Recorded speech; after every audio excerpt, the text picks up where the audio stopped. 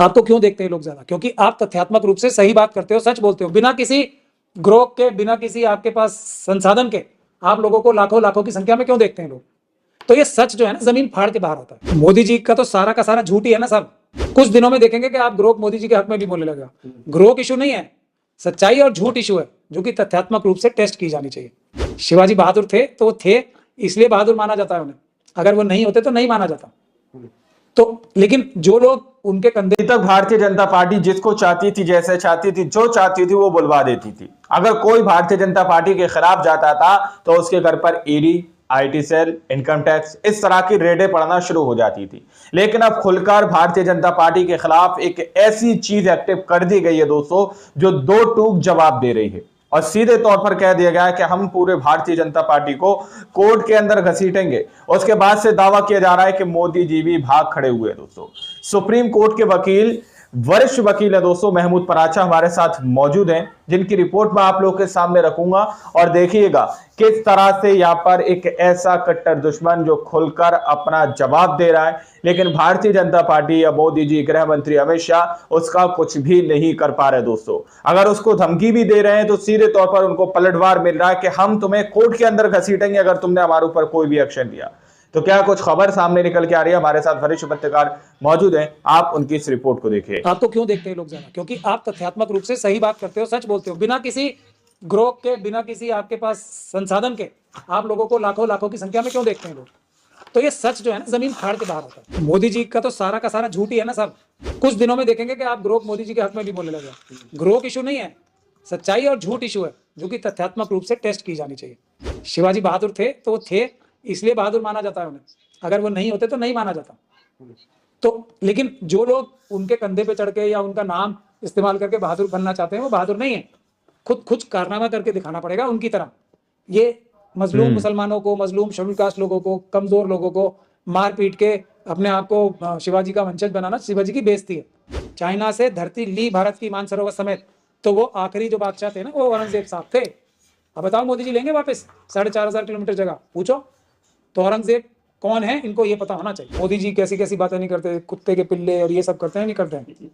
तो वो भी तो उनको अभिव्यक्ति की आजादी थी ना। अमित शाह साहब ने बिहार में जाके रैली में बोला, पब्लिक रैली में, कि उल्टा लटका देंगे। तो अब जब ग्रोक ये सब कर रहा है तो क्या बुराई है? ग्रोक तो बेचारा कोई इंसान भी नहीं है ना, उसको अभी सोचने समझने की इतनी ताकत भी नहीं है। इसीलिए ना, क्योंकि भारत का संविधान ये कहता है कि किसी को भी अपनी अभिव्यक्ति की आजादी है, तो ग्रोक को भी अभिव्यक्ति की आजादी है।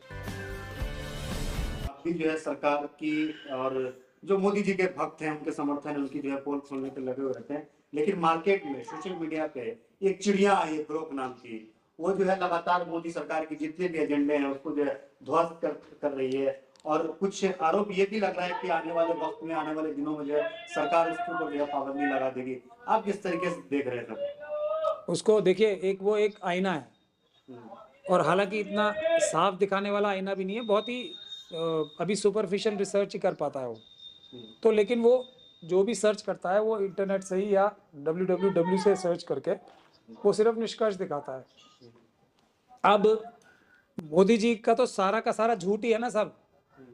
तो अब कहीं ना कहीं कुछ लोगों ने जो बातें लिखी होती है तथ्यात्मक रूप से, वो उसका भी निष्कर्ष निकाल के जो उसको बेटर लगती है, क्योंकि उसके पास तो अभी उसको प्रेजुडिस करने के लिए या उसको अपना इन्फ्लुएंस डालने के लिए अभी आरएसएस और बीजेपी की ट्रोल आर्मी अब से शुरू हुई है, जब ग्रोक आ गया है। अब कुछ से दिनों शुरू में हुई है, अब से देखेंगे कि एक्टिव आप हुई है ग्रोक मोदी जी उसको के हक ट्रोल में भी करने के बोलने लिए। लगेगा। ग्रोक इशू नहीं है, सच्चाई और झूठ इशू है, जो कि तथ्यात्मक रूप से टेस्ट की जानी चाहिए। आज जो ग्रोक से इस तरफ वाले लोग खुश हो रहे हैं ना, कल अभी पूरी टीम लग गई है आरएसएस और बीजेपी की। उनके पास तो बहुत सारे संगठन है, उन्होंने जो तरह तरह के आर्टिकल झूठे सब अपलोड करने शुरू कर दिए हैं इंटरनेट पे। कल को मोदी जी की तारीफ आ जाए, ये आने लगे कि मोदी जी की छाती 56 इंच की है, तो 56 इंच की नहीं हो जाएगी ना। जो बात सत्य है वो सत्य रहेगी। सत्य जो है वो कसौटी पे कस के ही सत्य होता है, ग्रोक से नहीं होता है। लेकिन अब जो कमजोर दिल के लोग हैं, उनकी तो मालवीय जी की और उनकी तो दुनिया लुट गई कि मोदी जी के बारे में ये आ रहा है, वो आ रहा है, तो इनकी तो नौकरियां चली जाएंगी। इसलिए ये लोग रिएक्ट कर रहे हैं कि हम किसी तरीके से इस पर रोक भी लगा लें। लेकिन ये रोक तभी लग सकती है जब अपनी कारनामे सुधारेंगे, अपनी गतिविधियां सुधारेंगे, नहीं तो एक नहीं तो दूसरे। अब आप लोग देखो, आपका ही सबसे बड़ा एग्जाम्पल है, आप तो ग्रोक नहीं हो।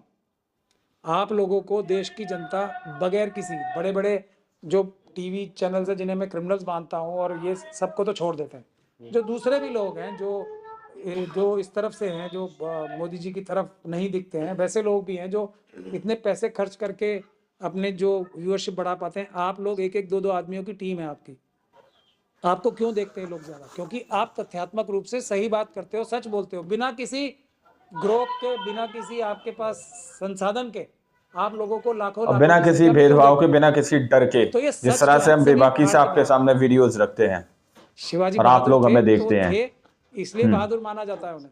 अगर वो नहीं होते तो नहीं माना जाता। तो लेकिन जो लोग उनके कंधे पे चढ़ के या उनका नाम इस्तेमाल करके बहादुर बनना चाहते हैं, वो बहादुर नहीं है। खुद कुछ कारनामा करके दिखाना पड़ेगा उनकी तरह। ये मजलूम मुसलमानों को, मजलूम शेड्यूल कास्ट लोगों को, कमज़ोर लोगों को मार पीट के अपने आप को शिवाजी का वंशज बनाना शिवाजी की बेइज्जती है। किसी बड़ी फौज से लड़के दिखाओ, किसी बड़े ग्रुप से लड़के जीत के दिखाओ, जैसे शिवाजी लड़ते थे। जाओ, चाइना ने 4,500 किलोमीटर आपके, वो हमारे सुब्रमण्यम स्वामी जी बता रहे हैं ना आपके ही, जाओ लड़के वापस लेने की कोशिश करो, औरंगजेब ने जैसे ली थी। तो कुछ आदर्श बनाना है तो औरंगजेब बहुत लोगों का आदर्श हो सकता है, मेरी तो वजह दूसरी है उनको नापसंद करने की। वरना चाइना को जीता, चाइना से धरती ली भारत की मानसरोवर समेत, तो वो आखिरी जो बादशाह थे ना, वो औरंगजेब साहब थे। अब बताओ मोदी जी औरंगजेब लेंगे साहब वापस थे। 4,500 किलोमीटर जगह? पूछो। तो औरंगजेब कौन है, इनको ये पता होना चाहिए। सर, ग्रोथ पे कार्रवाई के लिए आईटी मंत्रालय बैठक कर रहा है। अब लग रहा है कि ताला नकेल जो है वो कस दिया जाएगा, और उधर से एलन मस्क ने भी जो है केस कर दिया। कैसे देख रहे हैं? इसमें देखिए, तथ्यात्मक रूप से एलन मस्क साहब का केस मजबूत है, और वो ट्रम्प साहब के भी क्लोज माने जाते हैं, और वो विश्व गुरु के गुरु हैं ट्रम्प साहब। तो मोदी जी जिस प्रकार से जो उनकी बॉडी लैंग्वेज थी, मोदी के गुरु बता रहे हैं? विश्व गुरु कौन है? कौन है विश्व गुरु? मोदी जी। तो उनके गुरु हैं, ऐसा वो खुद बता रहे हैं, मैं नहीं बता रहा हूँ। उन्होंने कहा था कि मैं बहुत सारी चीज़ें, मैंने खुद सुना है, जो उनकी प्रेस कॉन्फ्रेंस हो रही थी जॉइंट, उसमें उन्होंने खुद कहा है मैं बहुत सारी चीज़ें सीखता हूँ ट्रम्प साहब से। इसलिए अगर विश्व गुरु किसी से इतनी सी भी चीज़ समझ रहा है तो अपने गुरु से ही समझेगा ना, सीखेगा। तो इसलिए मैंने अंदाज़ा लगाया, निष्कर्ष निकाला है। तो जो विश्व गुरु का क्लोज है, उसको ये लोग ज़्यादा बिगाड़ नहीं पाएंगे तब, जबकि तथ्यात्मक रूप से भी वो सही हो।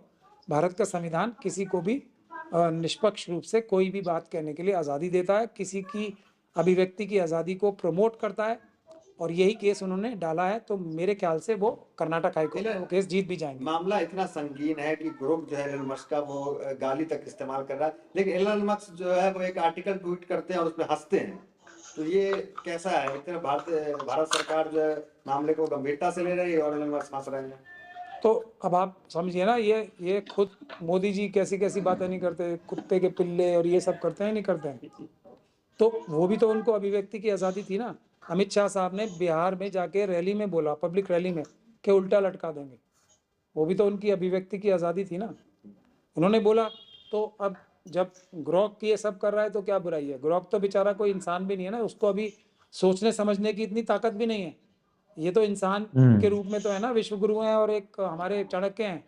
जब वो इस प्रकार की बातें कर सकते हैं, उनको भारत के संविधान ने आज़ादी दी है, तो एक नासमझ इंस्ट्रूमेंट जो है, एक मीडियम जो है, प्लेटफॉर्म है, उसको आज़ादी नहीं होनी चाहिए। कैसे आपको लगता है कि एलन मस्क का केस यहाँ पे मजबूत है भारत में? मैं इसलिए बता रहा हूँ ना, क्योंकि बाबा साहब डॉक्टर भीमराव अंबेडकर का संविधान में पढ़ता ही नहीं, उस पर अमल करने की भी चेष्टा करता हूँ। सिर्फ किताब हाथ में नहीं रखता, उसको जिंदगी में लोगों की अमल में लाने की भी कोशिश हम लोग करते हैं। तो मैं उन चीज़ों की नौयत समझता हूँ ना, इसीलिए।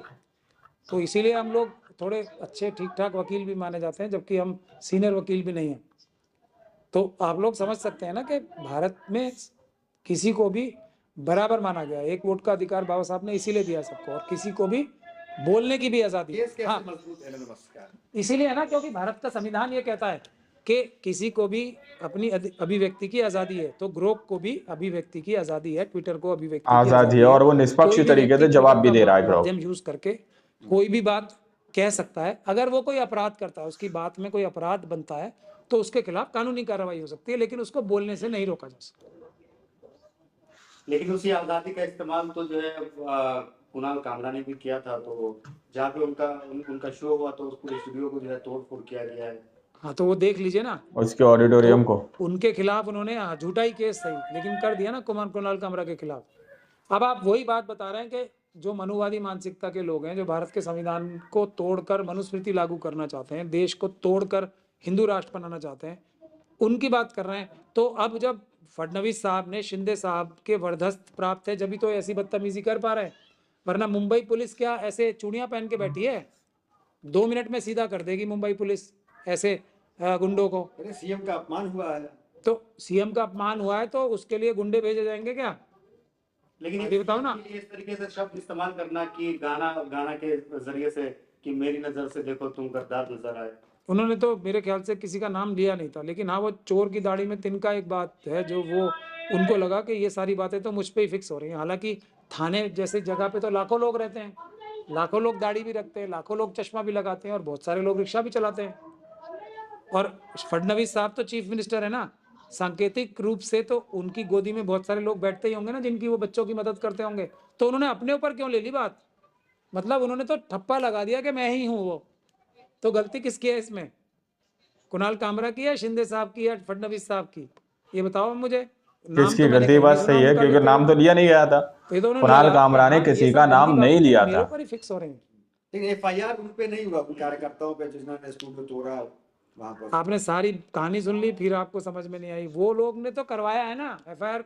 फडणवीस साहब ने तो इनको बढ़ावा देके या शिंदे साहब ने तो बढ़ावा देके भेजा है, वरना इनकी हिम्मत होती है ऐसे काम करने की? तो सरकार पुलिस नहीं गुंडे पाल रही, ये कह रहे हैं? सरकार नहीं, फडणवीस साहब, शिंदे साहब गुंडे पाल रहे हैं।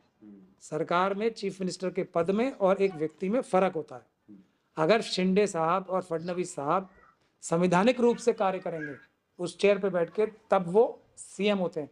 अगर कोई गलत गैरकानूनी काम करेंगे, गुंडे भिजवाएंगे या गुंडों के खिलाफ कानूनी कार्रवाई करने से पुलिस को रोकेंगे, तो वो उनके आधिकारिक संवैधानिक कार्यों में से नहीं आता। वो उनका निजी काम होता है जो चीफ मिनिस्टर के काम से अलग होता है। वो अपराध होता है अगर वो अपराध की श्रेणी में आए तो।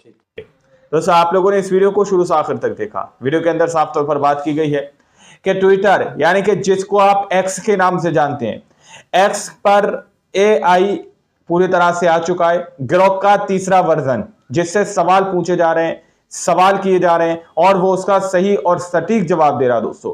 लेकिन इस पर कुछ लोग बैन लगाने की बात कर रहे हैं, इस पर रोक लगाने की बात कर रहे हैं, इसको सेंसर करने की बात कर रहे हैं कि ये गाली बकता है। ग्रोक का ये नियम है कि आप उसको जिस लहजे में, जिस तरीके से सवाल पूछेंगे वो उसी तरीके से आपको जवाब देगा, क्योंकि वो एआई है। आर्टिफिशियल इंटेलिजेंस के जरिए से वो सारा डाटा कलेक्ट करके आप लोगों को रिप्लाई देता है दोस्तों। लेकिन इस पर भी बैन लगाने की बात कही जा रही है। तो आप लोग समझ सकते हैं कि आखिर ग्रोक कितना ही घातक साबित हो सकता है, क्योंकि अभी तक व्हाट्सएप खेलकर आप लोग के सामने जो झूठा इतिहास परोसा जा रहा था दोस्तों, अब उसकी सच्चाई की परतें खुलकर सामने आ रही है।